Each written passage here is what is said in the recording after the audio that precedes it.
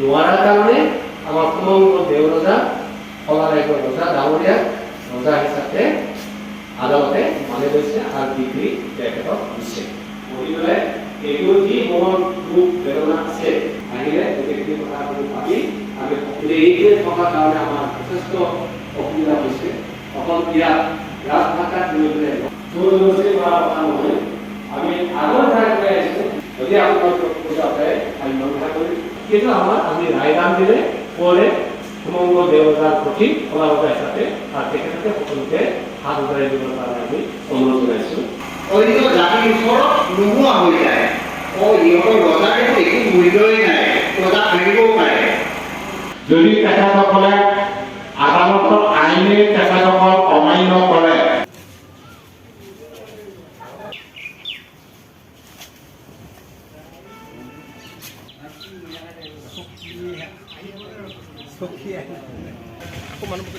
ঐতিহাসিক খলা ৰাজ্যৰ পূৰ্বৰ পৰা চলি অহা পৰম্পৰা ভংগ কৰি 2017 চনত মহামান্য খলা ৰজা সুমংগল দেও ৰজাক ৰদ কৰি পেলাই নতুনকৈ ৰজা পাতিছিল শ্ৰী প্ৰবীণ মছৰং ডাঙৰীয়াক নিযুক্তি দিছিল।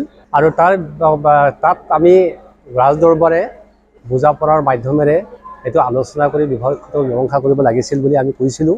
কিন্তু তেখেতসকলে নামানি পেলাই খলা দেও ৰজা ৰাজচৰা পৰিচালনা কৰণাহাৰ সমিতিৰ হৈ সভাপতি গণক বড়ো আৰু সম্পাদক সুবেন বৰদলৈ আমাৰ ওপৰত কেছ দিলে। খলা ৰজা সুমংগল দেও ৰজা ডাঙৰীয়াৰ ওপৰত আৰু ৰাজদৰবাৰৰ ওপৰত কেছটো দিলে। আৰু আমি কেছত যেহেতু কেছটো তেখেতে দিলেই, কেছত আমি ন্যায়ালয়ে আমাক নটিচ জাৰি কৰিলে, আমি গ'লোঁ, আমাৰ ৰিপ্লাইবিলাক ধুনীয়াকৈ দিলোঁ। আৰু তথাপিতো আমি ৰাজদৰবাৰে সিদ্ধান্ত লৈছিলোঁ কেছত অৰ্থাৎ আদালতত যাকে ৰায় দিয়ে আমি তাকে ৰজা মানিম। যদি প্ৰবীণ মছৰঙক ৰজা হিচাপে আদালতে ৰায় দিয়ে তাকে মানিম। যদি আগৰে পৰা চলি অহা খলা দেও ৰজাক যদি ৰজা হিচাপে ৰায় দিয়ে তেখেতকে আমি মানিম, যাকে ৰায় দিয়ে তাকে মানিম। আমি এইটো উদাৰ মনোভাৱ আমি লৈছিলোঁ।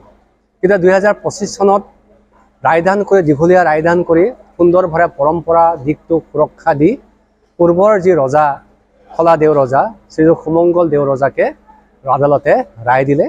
গতিকে তেখেতকে আমি এতিয়া সমৰ্থন দিছোঁ।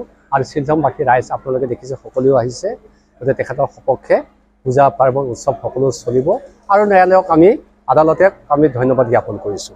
2017 চনৰ পৰা মোক বিৰোধী কৰি কেছ দিছিল আদালতত গণক বড়ো সুবেন বৰদলৈ, লগতে বিদ্যা সহকাৰী আছিল, এইকেইটা জেক দিছিল। আৰু লগতে আমাৰ ৰাজদৰবাৰৰ ৰজা মহোদয়সকলকো অলপ অৱগত কৰিছিলে এই গোচৰত।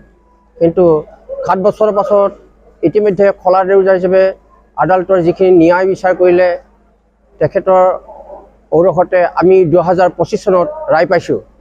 ধৰ্মৰ কথা, পিতৃ মাতৃৰ বাক্য, ল'ৰা ছোৱালী সকলোকে পুজিম বুলি আশা ৰাখিছোঁ পূৰ্বৰ দৰে। আগতো ৰজা এতিয়াও ৰজা। বৰ্তমান এতিয়া তেখেতলোকে কেছ দিছে যদিও মই দিয়া নাছিলোঁ, সিহঁতেই মানে উজুত খাইছে। এইটো মোৰ ক'বলৈ নাই। মই সকলোকে ধন্যবাদ জ্ঞাপন কৰিছোঁ, আদালতৰ বিষয়াসকলকো, কৰ্মচাৰীসকলকো, মোৰ মহাৰজাসকলকো আৰু মোৰ দৰবাৰৰ সন্মানীয় আমাৰ সভাপতি মহোদয় জয় সিং ডাঙৰীয়াক সকলোকে নমস্কাৰ কৰি একতা কৰি ৰাখিছে জাতিগত হিচাপে আৰু নীতি নিয়ম হিচাপে তেখেতে আজি অৱগত। আৰু আদালতৰ যিটো ৰায় সেই ৰায়টো আজি পালোঁ।